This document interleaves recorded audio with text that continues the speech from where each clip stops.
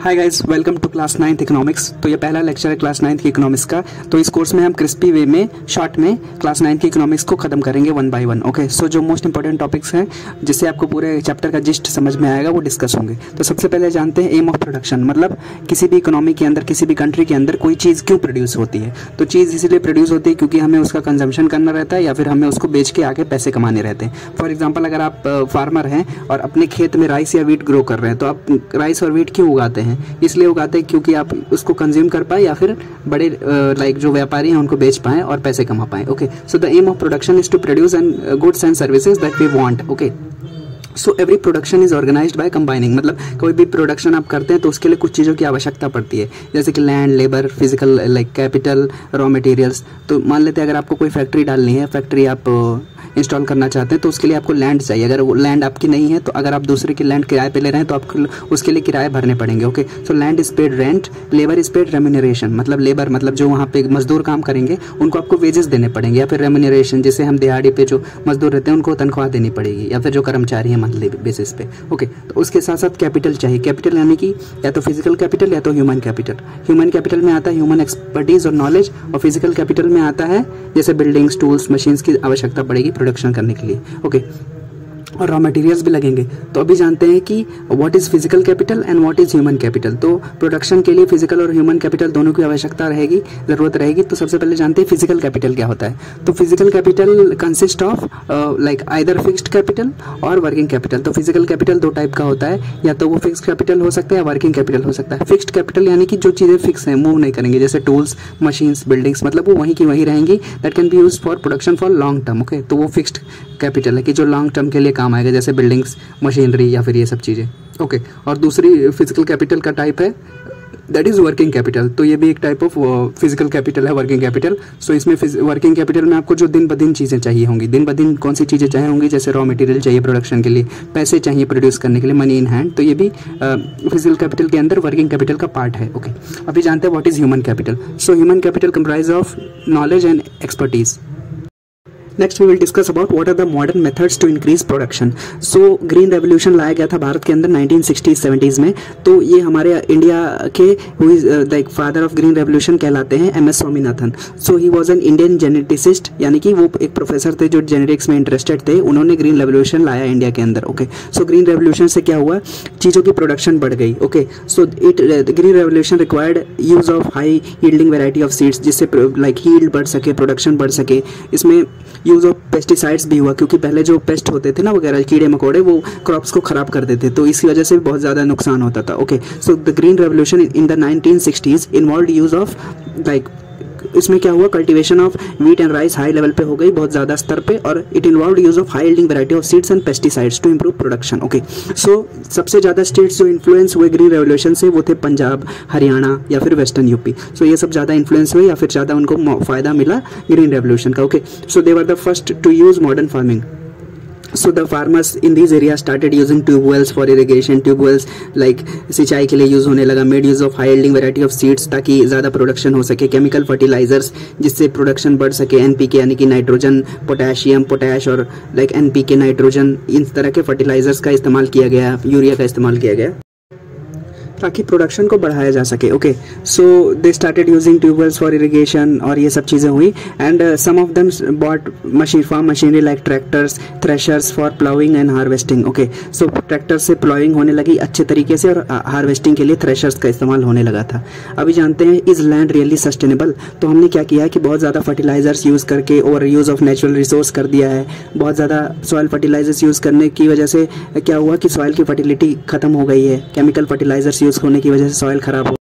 So continuous use of groundwater for tube well irrigation has led to the reduced water table below the ground। मतलब ज़्यादा से ज़्यादा हम लोग बहुत ज़्यादा पानी का इस्तेमाल कर रहे हैं, या फिर ऐसे क्रॉप्स को ग्रो कर रहे हैं शुगर केन टाइप कि जिसमें बहुत ज़्यादा पानी की आवश्यकता है। तो इस वजह से वाटर टेबल किसी भी एरिया का गिर जाता है। तो इसकी वजह से नलों वगैरह में या हैंड पम्प्स वगैरह में पानी नहीं आता। ओके, आपकी ज़रूरत के लिए पानी पीने के लिए रहता ही नहीं है, या फिर और जो जीव जंतु हैं उनके लिए भी पानी नहीं रहता है ज़्यादातर, अगर आप ग्राउंड वेल से इरीगेशन करते हैं, मतलब एक्सटेंसिव वे में यूज़ करते हैं। या फिर कंजम्पशन ऑफ ज़्यादा से ज़्यादा केमिकल फर्टिलाइजर्स, जिसका हाईएस्ट यूज़ पंजाब में होता है, उससे सॉइल ख़राब होता है, सॉइल की फर्टिलिटी ख़राब होती है, सॉइल जल जाता है एक तरीके से। ओके, तो उसमें जैसे आपने देखा होगा आपके अगर मतलब गांव वगैरह में अगर कभी आपके पास कोई पेड़ होगा आम वगैरह का पेड़, तो आप कभी कभी अगर उसमें ज़्यादा फर्टिलाइज़र डाल देते हैं तो ज़मीन क्या होता है, जल जाता है, ज़मीन ख़राब हो जाती है। तो इस वजह से सॉइल में फर्टिलाइजर्स का इस्तेमाल भी नाप तोल के करना चाहिए। ओके, तो Punjab farmers are now forced to use chemicals to achieve the same level of production. मतलब सॉइल की प्रोडक्टिविटी ख़राब हो गई,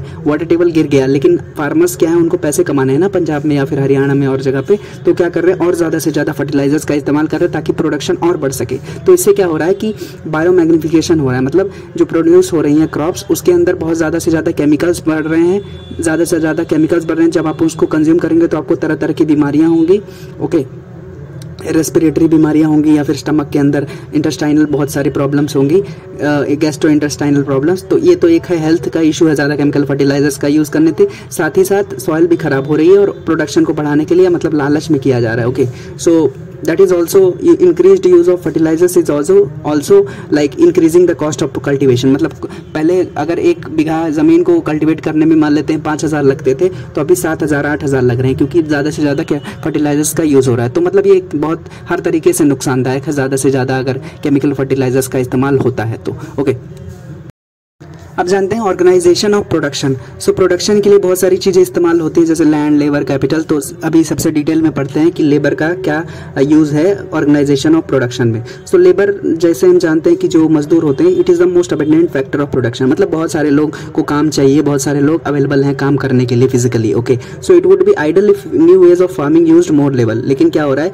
नए वेज ऑफ फार्मिंग में हम ज़्यादा मशीनरी का इस्तेमाल कर रहे हैं और लेबर वेस्ट हो रही है, मतलब लेबर का इस्तेमाल नहीं हो रहा है, वो बेरोजगार हो रहे हैं। इस वजह से लेबर क्या कर रहे हैं, they are migrating to neighbouring towns and cities because they are now like engaged in non farm sector activities. मतलब फार्म सेक्टर में उनको काम मिल नहीं रहा है।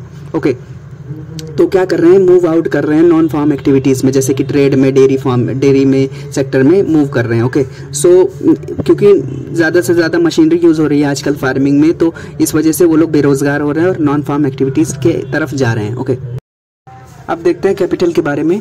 सो कैपिटल यानी कि पैसे जो इस्तेमाल होते हैं, या फिर ये फिक्स्ड कैपिटल भी हो सकता है, ये वर्किंग कैपिटल भी हो सकता है। वर्किंग कैपिटल यानी कि रॉ मटेरियल्स इन हैंड या फिर मनी इन हैंड। ओके, और फिक्स्ड कैपिटल भी हो सकता है जैसे कि बिल्डिंग्स, मशीनरी, टूल्स, जिससे कि चीज़ों की प्रोडक्शन होती है। So new ways of farming require less land and more capital. मतलब ज़्यादा से ज़्यादा महंगाई बढ़ रही है तो ज़्यादा कैपिटल की आवश्यकता, ज़्यादा निवेश की आवश्यकता है प्रोडक्शन को करने के लिए। ओके, सो जो स्मॉल फार्मर्स होते हैं उनके पास तो इतने पैसे नहीं होते हैं, लेकिन जो मीडियम और लार्ज फार्मर्स होते हैं, they are able to use their savings from the production to arrange for capital for the next season. मतलब वो जो बड़े फार्मर्स होते हैं ना, उनके पास इतने ज़्यादा पैसे होते हैं कि वो अगले ईयर के प्रोडक्शन के लिए भी पैसे बचा पाएं और अच्छी खासी प्रोडक्शन कर पाएं और पैसे कमा पाएं। लेकिन जो स्मॉल फार्मर्स होते हैं, जो इंडिया के अंदर हैं, जिनके पास 2 एकड़ से कम की ज़मीन है, जो 80% फार्मर्स हैं, they find it difficult to obtain capital. क्यों उनके पास पैसों की कमी है, कैपिटल की कमी है? क्योंकि उनकी जो प्लॉट्स होते हैं, जो खेत होते हैं, उनके छोटे छोटे खेत होते हैं। तो जो छोटे खेत हैं तो उनसे छोटे छोटे प्रोडक्शन होंगे, बहुत कम, ज़्यादा प्रोडक्शन होगा नहीं, 2-3 कुंटल होगा, 4-5 कुंटल होगा। तो उससे क्या होगा कि उनका खुद का जीवन का निवारण होता नहीं है पूरी तरीके से, तो वो कैसे अगले साल के लिए प्रोडक्शन के लिए पैसे बचा पाएंगे। So the small size of their plots like force them to obtain more capital. Okay, so ज़्यादा से ज़्यादा पैसे इकट्ठा। So the small size of their plots has led to like less production, which further leads to like less surplus for them to like that makes them unable to use capital for their own savings and have to borrow। मतलब उनके पास इतने पैसे नहीं हो सकते कि आप अगले साल के लिए प्रोडक्शन के लिए पैसे बचा पाएं। सो ये पुअर फार्मर अब क्या करते हैं, उनको कर्जा लेना पड़ता है बड़े लाइक मनी लेंडर से, या फिर ऐसे मजबूत लोगों से पैसा लेना पड़ता है, या फिर लोन नहीं लेते हैं तो दूसरे के लाइक खेतों में काम करते हैं एज फार्म लेबरर्स। तो ये भी उनके लिए दिक्कत है स्मॉल फार्मर्स के लिए। अभी जानते हैं कि जो स्मॉल फार्मर्स हैं या फिर जो लोग बेरोजगार हो चुके हैं, लेबर मॉडर्न मशीनरी की यूज़ की वजह से, वो कहाँ कहाँ एंगेज होती है। तो नॉन फार्म एक्टिविटीज़ में ज़्यादातर एंगेज होती है, जैसे कि trade like dairy, small scale manufacturing, cottage industries, trade and transport. Okay, so they are moving to cities.